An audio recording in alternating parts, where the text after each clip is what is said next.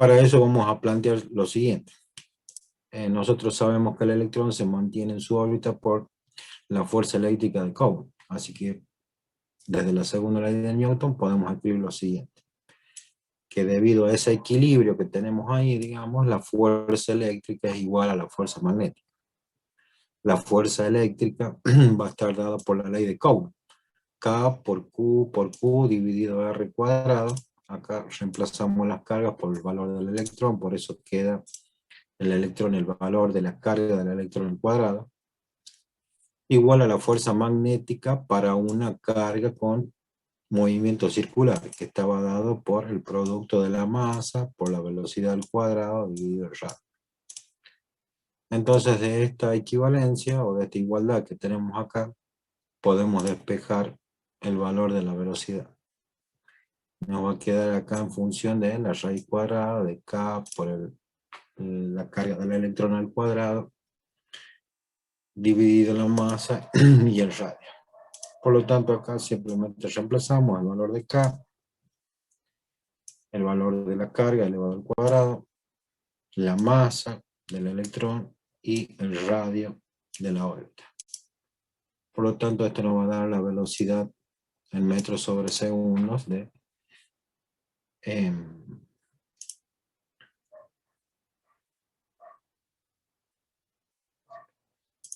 y acá lo que falta acá, me parece, falta el valor del campo magnético, que en realidad es el que nos pide. A ver.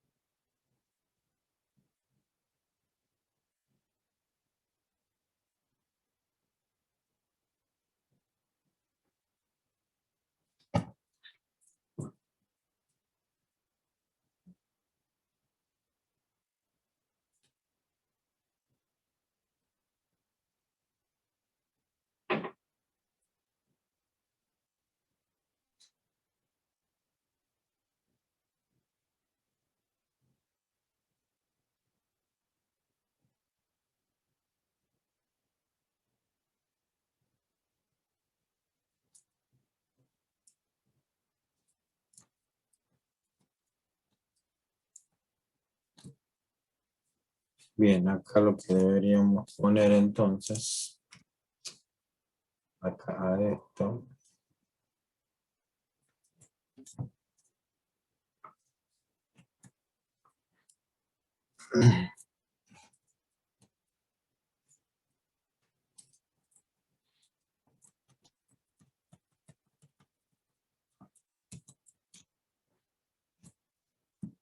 esto es igual a Q por V por el campo magnético también.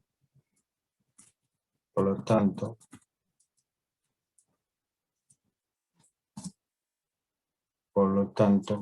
el campo magnético va a ser igual a esto que tenemos acá, y la carga Q va a pasar multiplicando acá,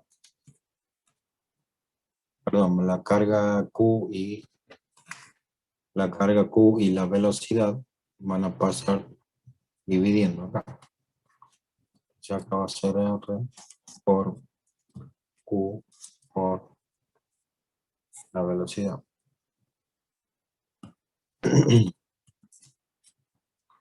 Entonces esto lo podemos escribir como acá sería, se simplifica Q, acá sería el valor de la carga del electrón y acá sería solamente B.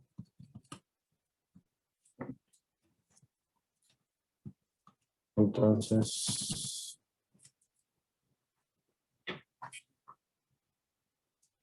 sería esta.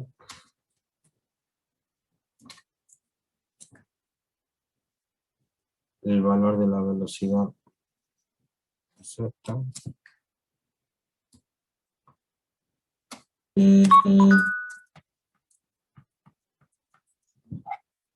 Lo tenemos que simular.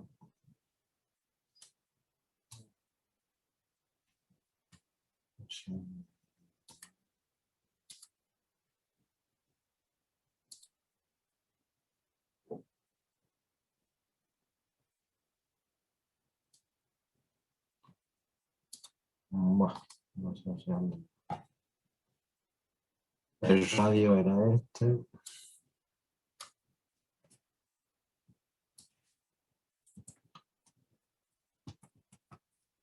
Y la carga del electrón sería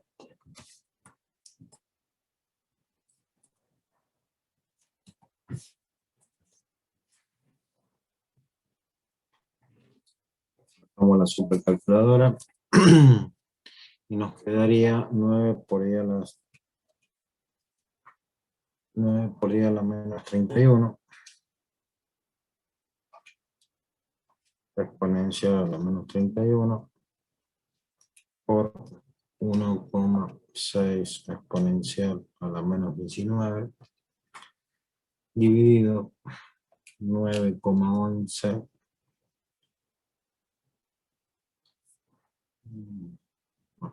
ya puse más, es 9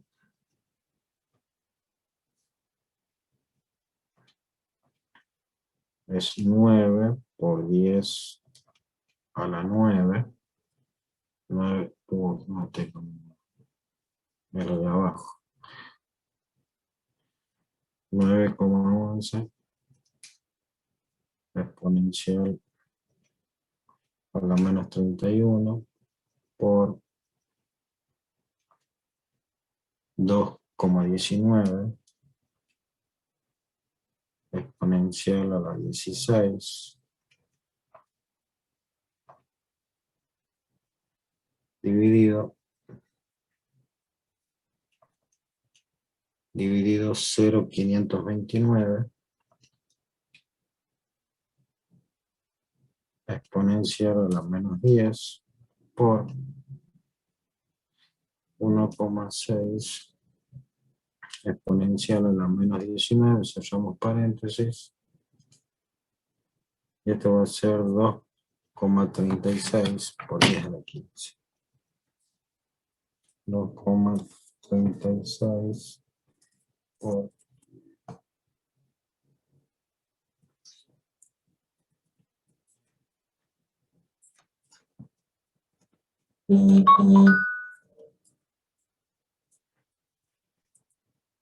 a la 15. Es.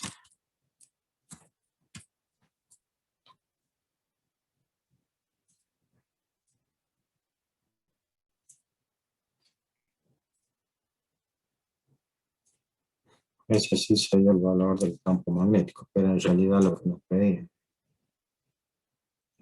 Dice cómo hacer para sacar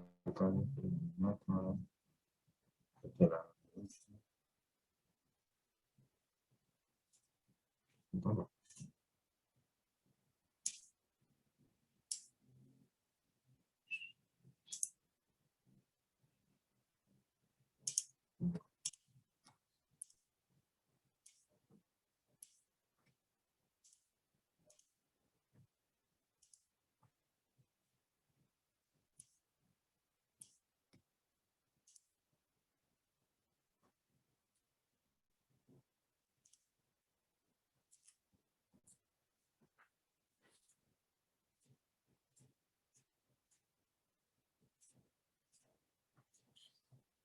Bien, ahora sí.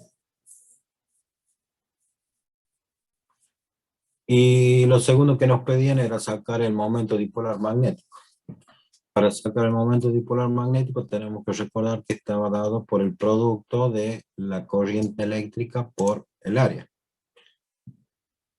La corriente eléctrica, por definición, recuerden que es la cantidad de carga eléctrica que circula por un conductor eléctrico en un determinado tiempo.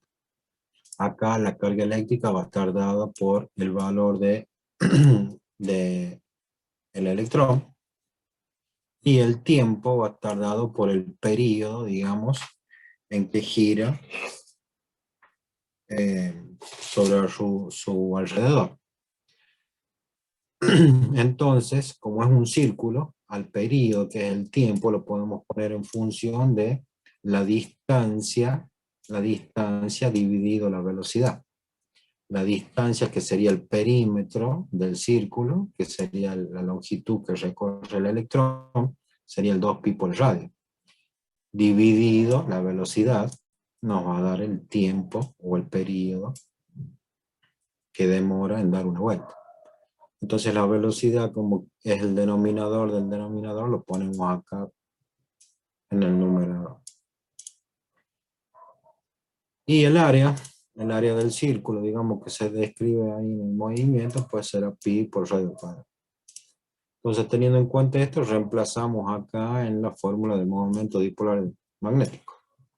Este sería la corriente eléctrica, el área, que la habíamos expresado recién. Por lo tanto, acá pi, podemos simplificar este radio con el cuadrado, y nos quedaría un medio de la carga del electrón por la velocidad por el radio, ¿no?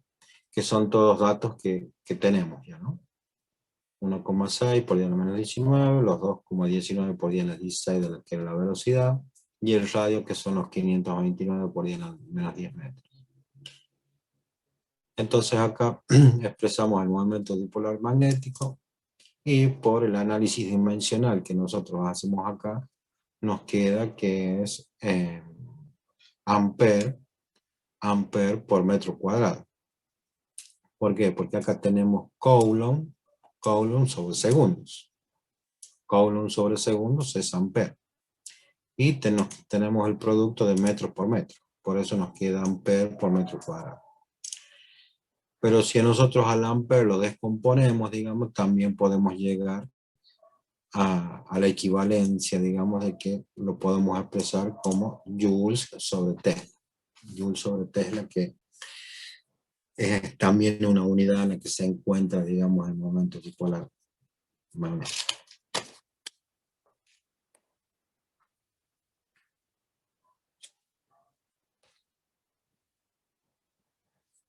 Acá tenemos para cuando tenemos un alambre por el que circula un alambre eléctrico en la pared de un edificio, conduce una corriente eléctrica de 25 amperes, verticalmente hacia arriba. ¿Cuál es el campo magnético debido a esta corriente en el punto P? Localizado a 10 centímetros al norte del alambre, como indica acá en la figura, ¿no? Pues acá lo único que tenemos que hacer es aplicar la fórmula que ya habíamos desarrollado en la teoría, ¿no? O que ya han desarrollado en la teoría, o que van a desarrollar en la teoría. El campo magnético en un punto P, generado por el paso de una corriente eléctrica a través de un alambre, está en función de V sub 0 por la intensidad de la corriente eléctrica dividido 2pi por el radio, donde el radio es la distancia al punto P, porque recuerden que el paso de una corriente eléctrica a través de un conductor eléctrico genera un campo magnético en forma de círculo. Por eso, para poder expresar el sentido del campo magnético, utilizamos el dedo pulgar indicando el sentido de la corriente eléctrica en el conductor eléctrico, y los dedos de las manos me indican el sentido del campo magnético. En definitiva, lo que se describe es un círculo es un círculo alrededor del conductor. Es más, si nosotros al conductor lo podríamos ver desde atrás, este sería el conductor eléctrico, y este sería el sentido del campo magnético, ¿no? Sería el sentido del campo magnético.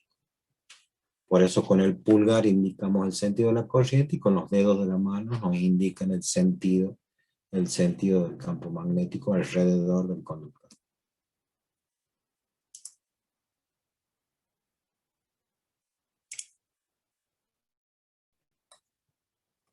Acá también, por lo general, el U sub 0 nos viene expresado en estas unidades, en Weber sobre Ampere por metro. Para eso hay que también utilizar la equivalencia, digamos, para poder pasarlo, o poder expresarlo también en Tesla por metro sobre Ampere. Entonces lo expresamos en Tesla por metro sobre Ampere para poder simplificar acá con la corriente, con el radio, etc. Para que el valor del campo magnético acá nos quede en Tesla directamente.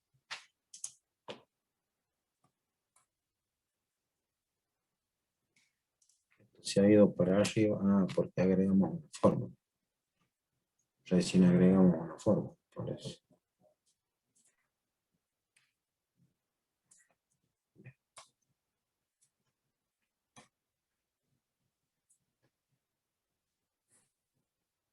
En el número 3 tenemos un alambre horizontal que transporta una corriente I sub 1 de 80 amperes. Nos pregunta cuánta corriente I sub 2 debe conducir un segmento de alambre paralelo a 20 centímetros debajo del primero, como muestra la figura, para que no caiga por acción de la gravedad. El alambre inferior tiene una masa de 0,12 gramos por metro de longitud. O sea que, recuerden que cuando tenemos dos conductores paralelos y tenemos que las corrientes que circulan tienen el mismo sentido, se produce entre ellas una fuerza de atracción debido a la fuerza magnética que aparece en los conductores. Cuando tienen sentido distintos, la fuerza de repulsión. Por lo tanto, la fuerza que yo tengo que generar acá,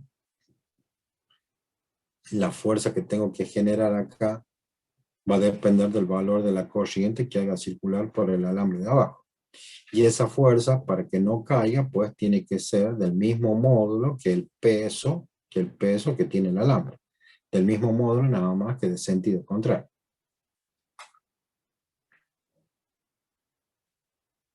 Entonces,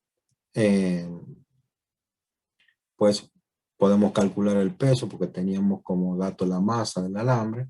Por lo tanto, es 0,12 por 10 a la menos 3 kilogramos multiplicado por la aceleración de la gravedad. Nos va a dar el valor del peso que tiene este alambre. Por lo tanto, la fuerza magnética que tenemos que generar acá también tiene que tener el mismo módulo. Tiene que tener el mismo módulo, pero sentido contrario.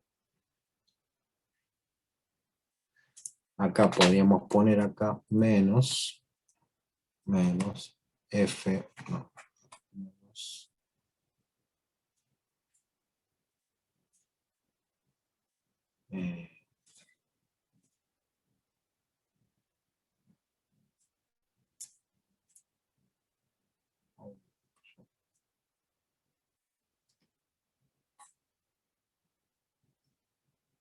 ok, Maxi Barrera, no hay problema. Acá está. Este sería la fuerza debido al campo magnético menos la fuerza magnética, digamos, tiene que tener el mismo módulo, pero sentido contrario.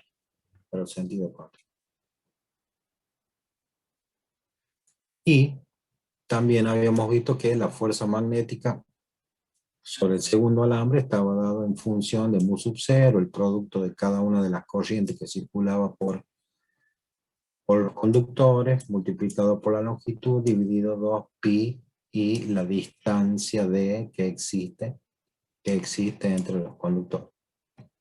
Por lo tanto, De esta fórmula podemos despejar cuál es el valor de I sub 2, que es el que necesitamos calcular. Cuál es la corriente que tengo que hacer pasar por el conductor de abajo para que aparezca esa fuerza.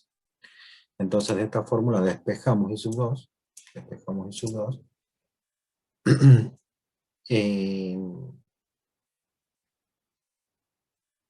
Y está hecho acá, observen que está hecho como si la longitud del alambre fuera de 1 metro, ¿no? De 1 metro.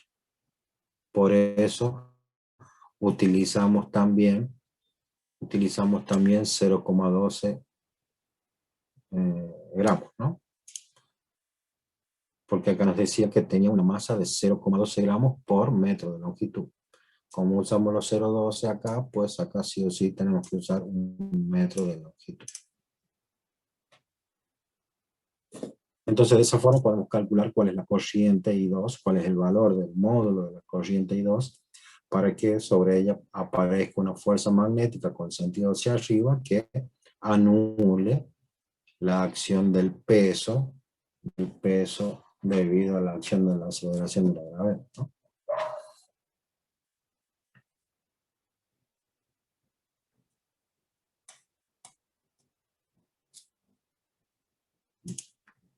Acá tenemos un conductor cilíndrico hueco de radio interior A y radio exterior B,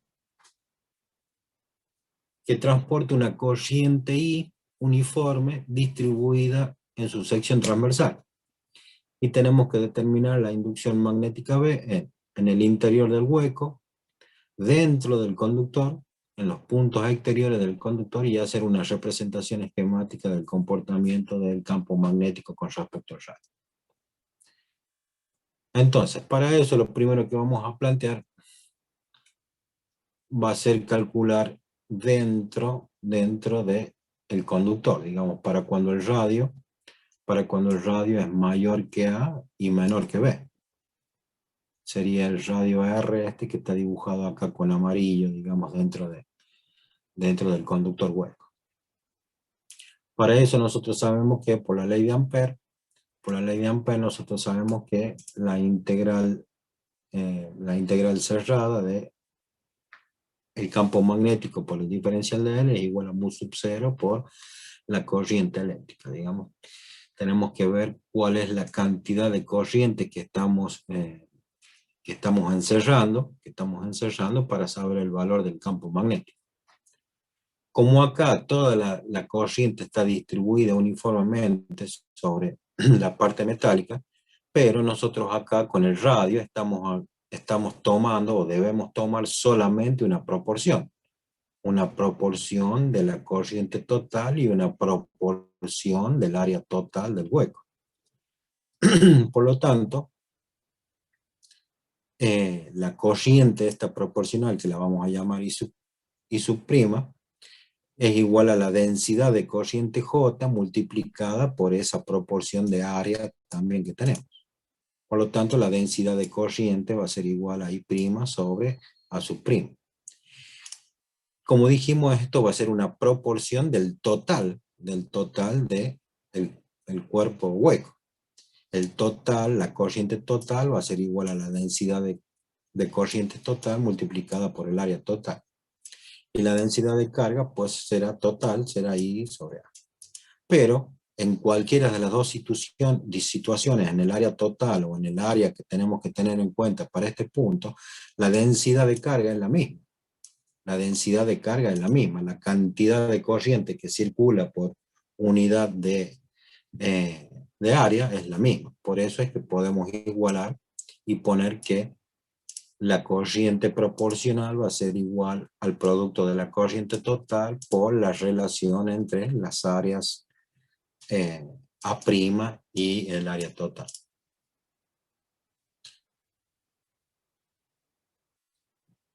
Y el área prima pues será pi por radio al cuadrado. Pero el radio que tenemos que tener en cuenta es solamente esto que tenemos acá, este pedacito. O sea, desde A, que es el radio interior, desde A hasta R. Desde A hasta R. Por eso es R cuadrado menos A cuadrado. Y el área total será pi por b cuadrado menos a cuadrado. Entonces, podemos reemplazar esos valores por la relación que ya teníamos acá con la corriente proporcional. Entonces, la corriente proporcional y su prima, que está entre A y R, va a ser igual al producto de la corriente total por la relación de los radios que tenemos, digamos, interior, el R y el exterior. Entonces, ahora sí podemos reemplazar, o en la ley de Ampère, digamos, vamos a reemplazar y tener en cuenta solamente la corriente I'. La corriente I' que circula solamente en este radio, digamos, o en este anillo hueco que tiene un radio R.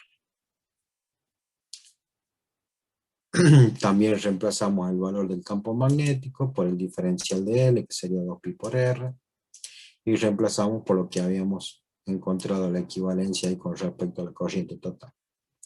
Por lo tanto, el campo magnético total pues va a quedar en función de todo esto que tenemos acá. Y desde acá podemos observar cuáles son los casos particulares. ¿Cuáles son los casos particulares? Para cuando A es igual a 0, tenemos el caso para un conductor cilíndrico sólido. Si A acá es igual a 0, tendremos un cilindro sólido. Y eso, si nosotros dividimos acá, perdón, si acá esto sería 0, por lo tanto nos va a quedar esto que tenemos acá. Por lo tanto, acá esta R se va a simplificar con el cuadrado y nos va a quedar solamente que el campo magnético en función acá de el radio, digamos, y el radio exterior al cuadrado.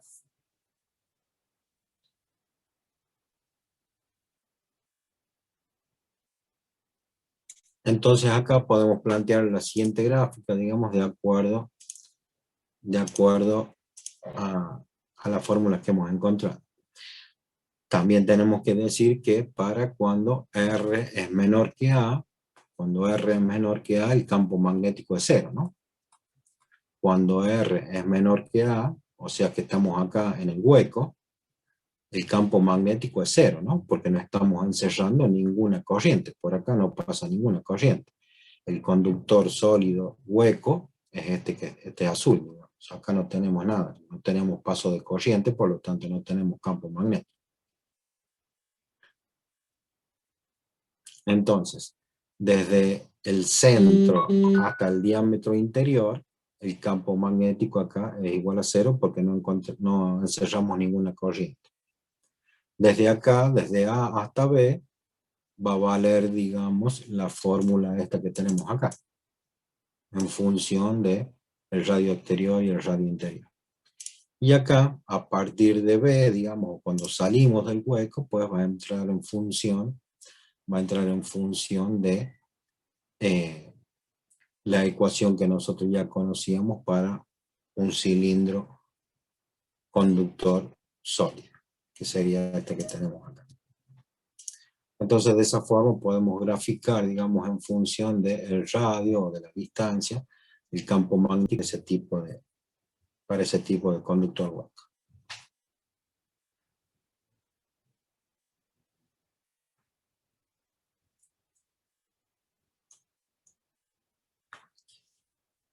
Acá tenemos un solenoide. Dimensionar un solenoide para obtener en su centro una inducción de 200 Gauss, siendo la corriente de 50 amperes. Nosotros, ¿qué tenemos? Nosotros sabemos que el solenoide está dado por, o la relación del solenoide está dado por el campo magnético, por la longitud de la espira, igual a mu sub 0 por n, por la intensidad de la corriente eléctrica. Donde n es el número de espira o de vueltas que tiene ese solenoide, ¿no?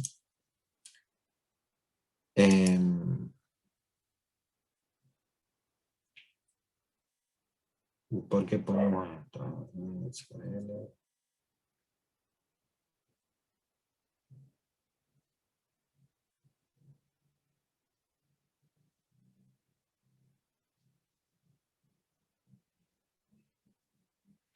Bien. Bien, y N es la cantidad de espiras por metro que tenemos. La cantidad de espiras por unidad de longitud. Por eso es el número de espiras sobre metro. Que es en realidad lo que nos piden que encontremos, ¿no? Que es lo que nos piden que encontremos. ¿Cuál es la cantidad de espiras que tenemos que, o cuál es la cantidad de espiras por metro que tenemos que construir el solenoide para que tengamos este campo magnético para cuando circule una corriente de 50 amperes? Acá también a los 200 Gauss del campo magnético lo pasamos a Tesla. Lo multiplicamos acá por su equivalencia, digamos un Tesla que es igual a 10.000 Gauss, y nos va a quedar el campo magnético en Tesla. Por lo tanto, de acá vamos a despejar N. Vamos a despejar N, que es lo que nos están pidiendo. ¿Cuál es la cantidad de espiras por metro que debe tener el solenoide?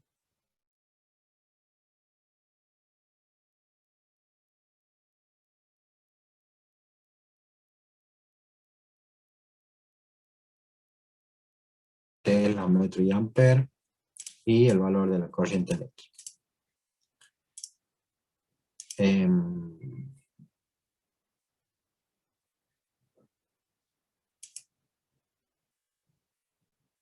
Bien, acá el ampere con el ampere se va a ir, el Tesla con el Tesla se va a ir y el metro va a quedar en el denominador. Por eso nos queda espiras, o necesitamos que el solenoide tenga 100 espiras por metro de longitud para que pueda generar un campo magnético de 200 Gauss cuando circule una corriente eléctrica de 50 amperes.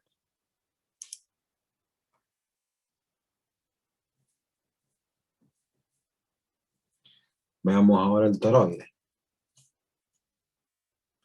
Dice dimensionar un toroide cuyo radio es de 628 milímetros, considerando que el espesor del mismo es de 1 centímetro. Y dentro del mismo podemos considerar el campo magnético de 200 Gauss y la corriente también de 50 amperes.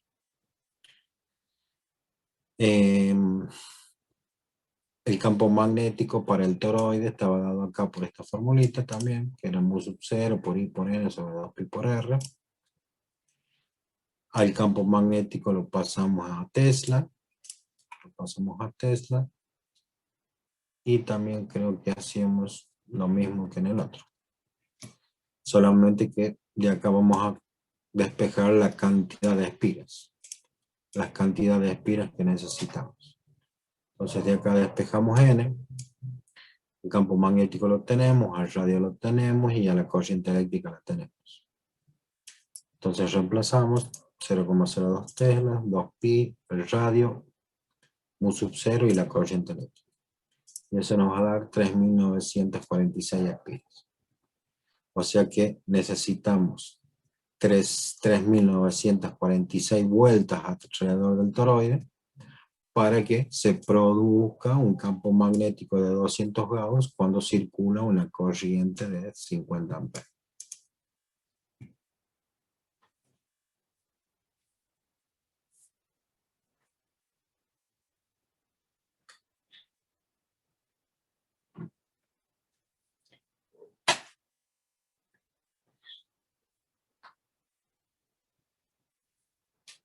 Bueno, acá tenemos dos espiras circulares, o también conocidas como bobinas de Helmholtz, de 4 centímetros de radio. Se hallan planas paralelas a una distancia de 4 centímetros, por las espiras fluyen una corriente de 2 amperes. Encontrar la inducción magnética B para el punto P situada en el eje de las espiras y a igual distancia de ambas. Resolver para las corrientes en distintos sentidos y en igual sentido. Nosotros ya sabíamos cuando analizábamos el campo magnético en el exterior de una espira, en la parte teórica, ¿no? Habíamos visto que el campo magnético que en el punto P estaba dado por todos los aportes en el eje X, ¿no? Todos los ejes Y, digamos, las componentes, los diferenciales de BI se anulaban unos con otros porque tenían el mismo módulo y distintos sentidos. Entonces el campo magnético total acá en el punto P estaba dado por todas las componentes en X del campo magnético de cada uno de estos diferenciales de L alrededor de la espira. Entonces, teniendo en cuenta eso, recordando eso, nosotros podemos dibujar lo siguiente. Este es el punto P, y pues los aportes de la bobina 1. Este es para el caso, observen, donde las dos corrientes eléctricas tienen el mismo sentido. Las dos corrientes eléctricas tienen el mismo sentido, están separadas a una distancia R y también tienen un radio R cada uno de estos círculos, o de estas bobinas circulares. Por lo tanto, el campo magnético acá en el punto P, debido a la bobina 1, pues va a ser este vectorcito que tenemos acá, y el campo magnético debido a la bobina 2 va a ser este vectorcito celeste que tenemos acá. Por lo tanto, el campo magnético total que vamos a tener sobre el punto P, pues va a ser la sumatoria algebraica de estos dos vectores. El campo magnético total va a ser este vectorcito acá en violeta que tenemos ahí, que representa la suma de estos dos vectores, ¿no? Acá está hecho el desarrollo también matemático, digamos, en función de las distancias que tenemos, ¿no? A ver si lo tenemos acá. Acá.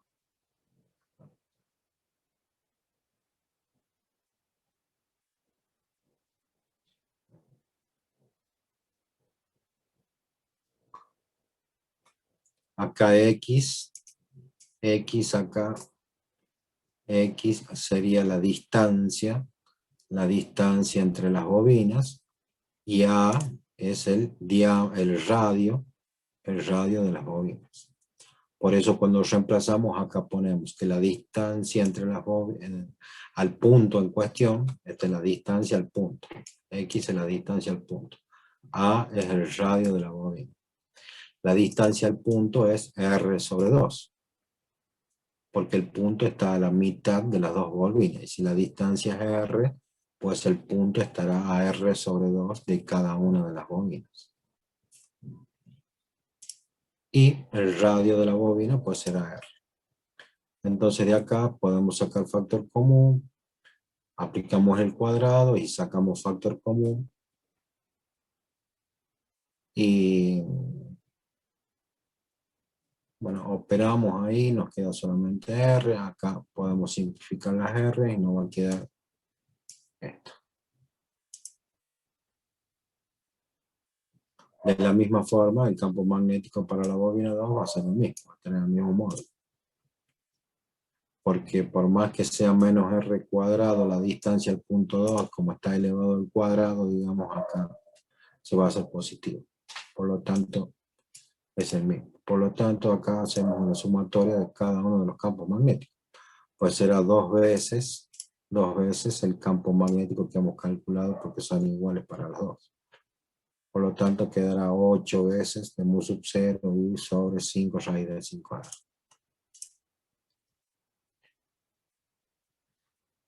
Ahora bien,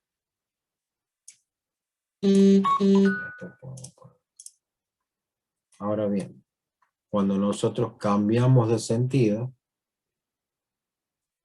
acá están los valores.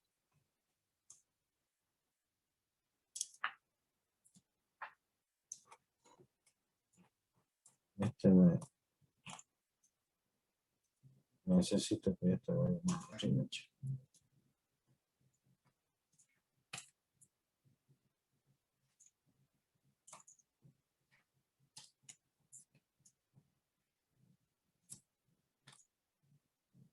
Ahora sí.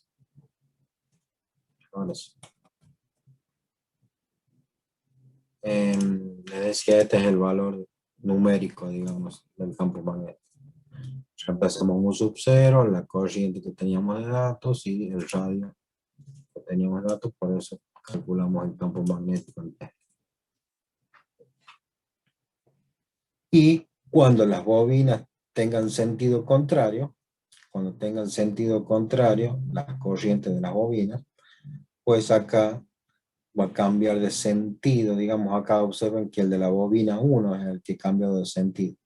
Por lo tanto, el vector del campo magnético debido a la bobina 1 va a tener el mismo módulo, pero sentido contrario.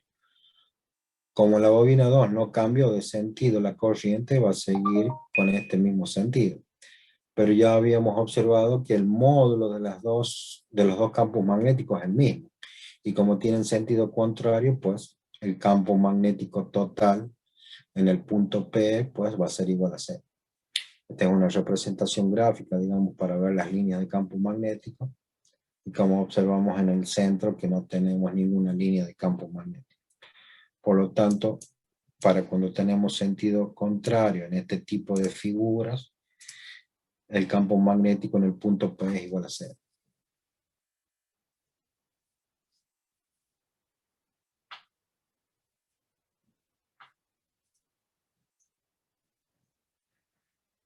¿Qué teníamos acá? Tenemos un campo magnético generado por dos imanes permanentes. Tenemos una bobina acá en el centro. Dice, se coloca una bobina de alambre que contiene 500 espiras circulares en un radio de 4 centímetros entre los dos polos de un electroimán grande, donde el campo magnético es uniforme y tiene un ángulo de 60 grados con respecto al plano de la bobina. El campo disminuye a razón de 0,2 teslas por segundo. ¿Cuál es la magnitud y la dirección de la fuerza electromotriz inducida? Recuerden que para que haya una FEN inducida, el campo magnético tiene que ser variable, ¿no? Tiene que ser variable. Esto lo podíamos observar acá de la ley de Faraday, ¿no? En la ley de Faraday veíamos que la FEM era igual a la variación temporal del flujo del campo magnético en diferencial de tiempo. Por eso acá dice que el campo magnético disminuye a una razón de 0,2 teslas por segundo. Quiere decir que el campo está variando.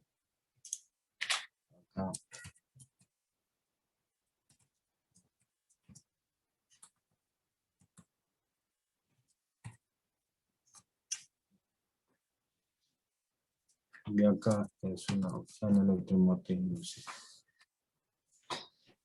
Profe, una pregunta. Estaba viendo, al menos en la guía que tengo yo, llega hasta el ejercicio 5 nomás. No sé si tengo una guía Excelente que... oportunidad para agregarlo. ¿No están todos estos? La que yo tengo, no sé si era mi guía, la que tengo o la guía que está mal o... Ya le confirmo, a ver, ya le confirmo. Electrónica 2021. Yep.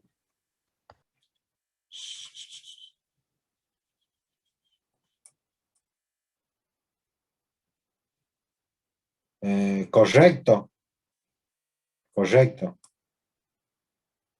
No sé qué pasó. Correcto. Bueno. Esta es una excelente oportunidad. Entonces, ¿lo copiaron a los ejercicios? Al 6. A ver, el 5.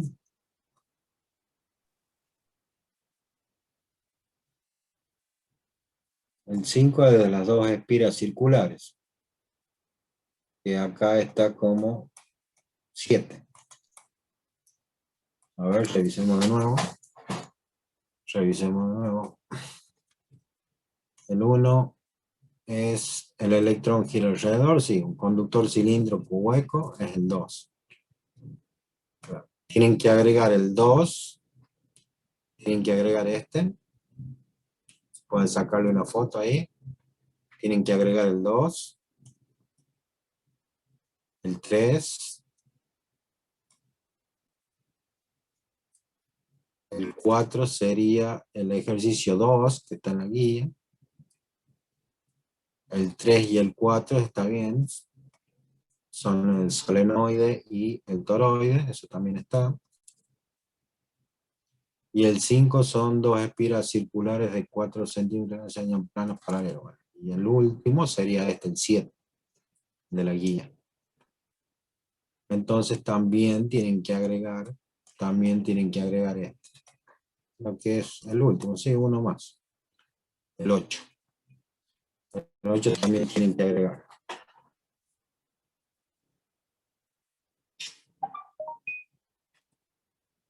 Listo, profe. Ya los agregué, gracias. Perfecto, esa es la actitud.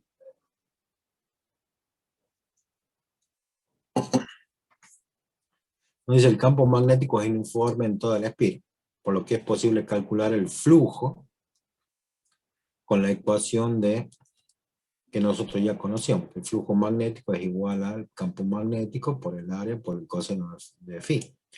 Recuerden que esto es un producto escalar. Por lo tanto, donde el ángulo, digamos, de inclinación entre el diferencial de área, y el campo magnético acá en realidad es 30 grados, ¿no? 30 grados. Entonces, la tasa de cambio del flujo será la derivada del flujo magnético con respecto al tiempo. Acá reemplazamos por su equivalencia, digamos, el área y el coseno de phi no entran dentro del diferencial. Reemplazamos el área. Esta es la tasa de cambio que nos habían dado de datos. Y como disminuye va con un signo negativo. Disminuye una razón de 0,2 teslas por segundo. Serían los 0,2 teslas por segundo por pi, por el radio, por el coseno de 30. Entonces este es el diferencial o el cambio del flujo temporal, digamos, que serían menos 8,71 por 10 a la menos 4 teslas por metro cuadrado sobre segundo o Weber sobre segundo. Y para calcular la Fe inducida tenemos que tener en cuenta la cantidad de espiras. La cantidad de espiras que nos decían que era de 500 espiras. Tenía 500 espiras.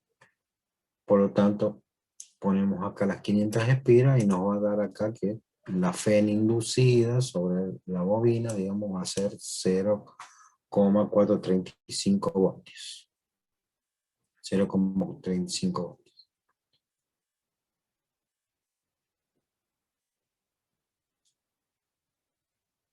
Bueno, también creo que nos pedían acá cuáles son la magnitud y la dirección. Exactamente. Por eso ahora vemos cuál es la dirección. ¿Qué tendríamos en este caso? A ver.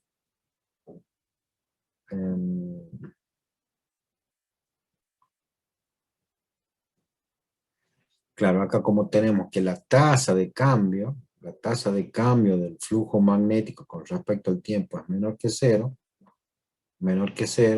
y el flujo magnético es positivo, la Fe inducida es positiva.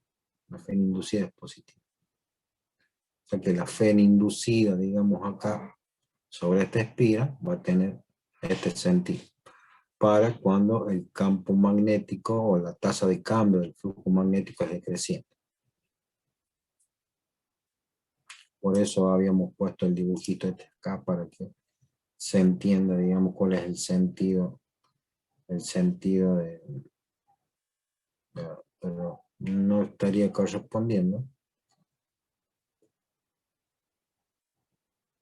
Un poco más positivo. Menos positivo la tengo. Entonces acá el sentido será el sentido antihorario. Acá es antihorario. Antihorario. Como está dibujado en la figura, ¿no? Observen que es antihorario.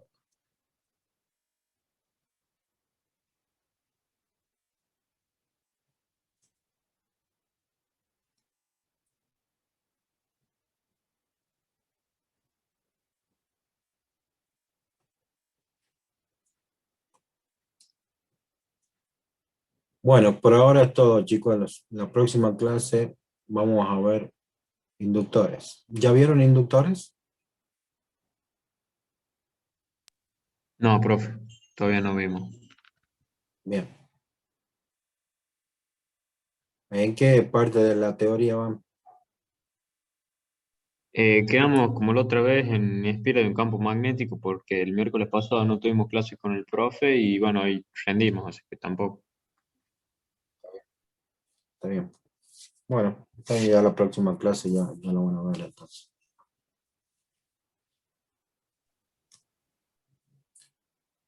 Bueno, chicuelos, que tengan un buen fin de semana, nos estamos viendo. Nos vemos, profe, que ande bien. El miércoles sería. Miércoles, perdón, el miércoles. Ya me quiero ir, ya Listo. el fin de semana. Bueno, profe, listo, nos Nos vemos. vemos. Que anden bien, hasta luego.